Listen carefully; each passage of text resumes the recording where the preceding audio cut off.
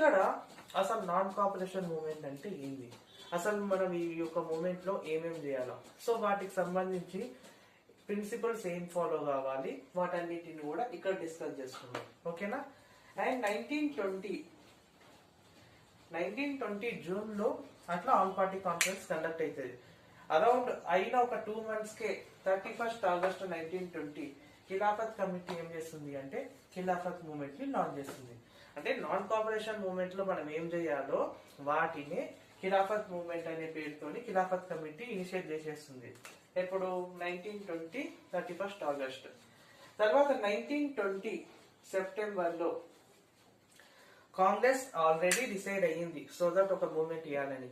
ఎప్పుడైతే ఖిలాఫత్ మూవ్మెంట్ ని లాంచ్ చేసిందో సపోర్ట్ గా కాంగ్రెస్ కూడా నాన్ కోఆపరేషన్ మూవ్మెంట్ ని సపోర్ట్ చేసింది. అండ్ 1920 డిసెంబర్ లో